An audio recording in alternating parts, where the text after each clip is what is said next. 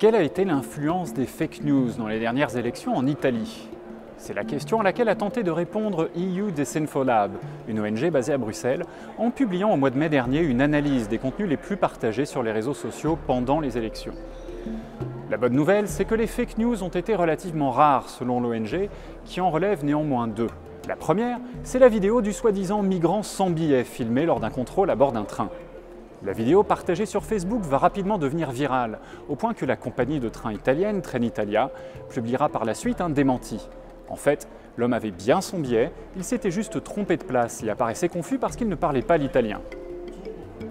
La deuxième, ce sont ces 500 000 bulletins de vote prétendument retrouvés en Sicile le matin même de l'élection et qui étaient soi-disant destinés à une opération de bourrage d'urne en faveur du Parti démocrate. Une fake news rapidement débusquée sur les réseaux sociaux, mais qui n'en a pas moins connu un grand succès. Au final, les auteurs du rapport sont plutôt optimistes. Selon eux, les fake news n'auront pas eu d'influence démesurée sur les élections italiennes. Il n'en reste pas moins que la campagne électorale en tant que telle a été marquée par de violentes polémiques sur l'immigration. Des polémiques qui ont trouvé un large écho dans les médias, ainsi que sur Twitter et Facebook, notamment après une fusillade dans la petite ville de Macerata, où des immigrés ont été pris pour cible.